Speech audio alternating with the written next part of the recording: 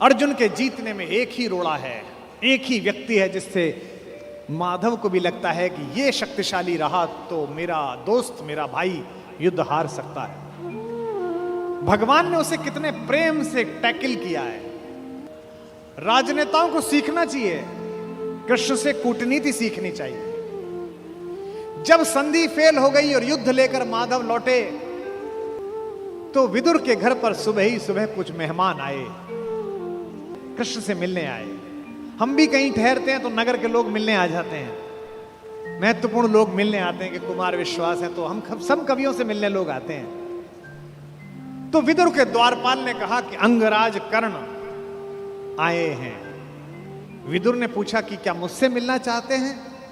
उनसे कहिए राज्यसभा में मिले, अब मैं अपने अतिथि के साथ व्यस्त हूं। और अतिथि भी कौन? माखन चोर। द्वारपाल ने कहा जी नहीं, वो आपसे मिलना नहीं चाहते, वो आपके अतिथि से मिलना चाहते हैं। कृष्ण ने कहा उन्हें आदरपूर्वक अंदर लेकर आओ। कर्ण आए, कर्ण ने प्रणाम किया। युद्ध में दुर्योधन की पराजय हुई हो चाहे कुछ भी हुई हो, महाभारत के जिन चरित्रों में से एक चरित्र पर मैं अंदर तक फिदा हूं उनमें से एक कर्ण भी है। क्या योद्धा है, क्या अद्भुत। हाँ। कृष्ण मुस्कुराए। कर्ण के चेहरे पर दुख और पश्चाताप का भाव था। कर्ण ने हाथ जोड़कर कहा माधव, मैं कल राज्यसभा में आपके साथ हुई बदतमीजी के लिए अपने मित्र दुर्योधन की ओर से आपसे क्षमा मांगने आया हूं। भगवान ने कहा ईश्वर तुम जैसा मित्र सबको दे जो इतने बड़े अपराध के बाद भी क्षमा मांगने के लिए आ जाता है। सब मित्र सबको मिले। कर्ण ने कहा कि अगर आप मुझे थोड़ा सा भी माधव प्रेम करते हैं तो मेरे मित्र को क्षमा कर दीजिए। उसने गलती की, उसे दूत के साथ यह व्यवहार नहीं करना चाहिए था और आप जैसे दूत के साथ तो सोचना भी नहीं चाहिए था। भगवान ने कहा मैं उसे माफ कर दूंगा, लेकिन एक शर्त है कर्ण। अंगराज ने कहा कि इसी क्षण मैं आपको अंग प्रदेश का राज्य दे देता हूं, मेरा शरीर ले लीजिए पर मेरे मित्र को माफ कर दीजिए। कृष्ण ने कहा शरीर देने की इतनी उतावली में मत आओ अंगराज, समय तय हो चुका है, सबको देना पड़ेगा, तुमको भी देना पड़ेगा। सबका तय है। कर सकते हो तो इतना करो, अब मैं वापस पांडवों के पास जा रहा हूं, हस्तिनापुर की सीमा तक मुझे छोड़ के आओ। उसने कहा इससे बड़ा सौभाग्य का होगा कि मैं आपको छोड़ने चलूं? आइए मेरे रथ में बैठिए। कृष्ण ने कहा कि ठीक है, मैं तुम्हारे रथ में बैठ जाता हूं। आपकी कार में कोई बहुत बड़ा आदमी बैठने लगे तो कभी भी ड्राइवर से गाड़ी मत चलवाना। ड्राइवर से कहना तू नीचे उतर, सवार बहुत बड़ा है, अब ड्राइव मैं करूंगा, गाड़ी खुद चलाना सदा। कर्ण ने अपने चालक से कहा कि नीचे उतर, इस रथ पर त्रैलोक्य का स्वामी बैठने वाला है, ड्राइव मैं करूंगा। और कर्ण तो ड्राइवर का ही लड़का है, सूत पुत्र है, उसको तो आता ही है रथ चलाना, और रथ चालक का बेटा है। कर्ण रथ चलाने लगा। भगवान पीछे से उतरकर कर्ण के पास आकर बैठ गए और थोड़ी देर बाद उसका रथ छोड़कर उसे अपने रथ पर बिठा लिया। वहां भी वही रथ चलाने लगा। अब भगवान ने उससे बातचीत शुरू की। देखिए कितने बड़े कूटनीतिज्ञ हैं ये कन्हैया, दिखते भोले हैं लेकिन परम चालू। इनको पता था कि एक ये आदमी है जो फजीता करेगा, इसका मनोबल तोड़ो। पहली बार कर्ण को यह पता चला जो भेद उन्होंने बताया। हरि बड़े प्रेम से कर धर कर ले चढ़े उसे अपने रथ पर।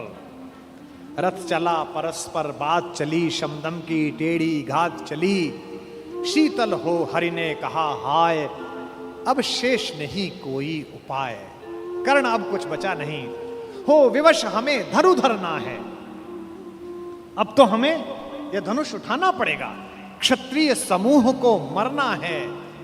मैंने कितना कुछ कहा नहीं, विषबाण कहां तक सहा नहीं, पर दुर्योधन मतवाला है, कुछ नहीं समझने वाला है। चाहिए उसे बस रण केवल, सारी धरती की मरण केवल। ये जो अहंकार है कि मैं कुछ नहीं दूंगा, क्या बोला दुर्योधन 5 गांव माने पे? सूच्यग्रम नैव दास्यामि बुना युद्धे न केशव। हे केशव, तुम 5 गांव मांगते हो, मैं सुई की नोक के बराबर भी जमीन नहीं दूंगा। हे वीर तुम ही बोलो अकाम। बिना पार्शल हुए बोलना। कर्ण से पूछ रहे हैं, क्या वस्तु बड़ी थी 5 ग्राम? 5 गांव ही तो मांगे थे, वह भी कौरव को भारी है, मत गई मूढ़ की मारी है। दुर्योधन को बोधूं कैसे, इस रण को अवरोधूं कैसे? सोचो क्या दृश्य विकट होगा रण में जब काल प्रकट होगा।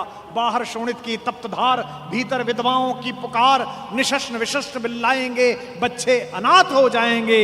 चिंता में क्या और करूं, शांति को छिपा किस ओट धरूं। सब राह बंद मेरे जाने, अब पासा फेंका। पहले तो माहौल बनाया कि तुम सब मरोगे बेटा, तू भी मरेगा और तेरा यार भी। एक तरीका है बचने का, सब राह बंद मेरे जाने। हां एक बात है, यदि तू माने, देखो कैसे फुसला रहे हैं, तो शांति नहीं जल सकती है, समरागनी अभी टल सकती है। पा तुझे धन्य है दुर्योधन, तू एकमात्र उसका जीवन, तेरे बल की है आस उसे, तुझसे जय का विश्वास उजे। तू संग ने उसका छोड़ेगा, वह क्यों रण से मुंह मोड़ेगा। जब तक तू उसके साथ है वो लड़ाई नहीं छोड़ सकता। बस ऐसा कर, तू उसे छोड़ दे। क्यों? क्या अघटनीय घटना कराल। एक बात बताऊं तुझे कर्ण, एक बड़ी कराल घटना इस खानदान में हो गई है, तुझे पता नहीं है। तू प्रता कुक्षिका, प्रथा मतलब कुंती, तू कुंती कोख का प्रथम लाल। तू कुंती का पहला बेटा है। ये पहली बार कर्ण को स्वयं भगवान श्री कृष्ण ने बताया है, सबसे पहली बार। अच्छा, ये बात पहले भी बता सकते थे कभी, कर्ण तो रोज मिलता था।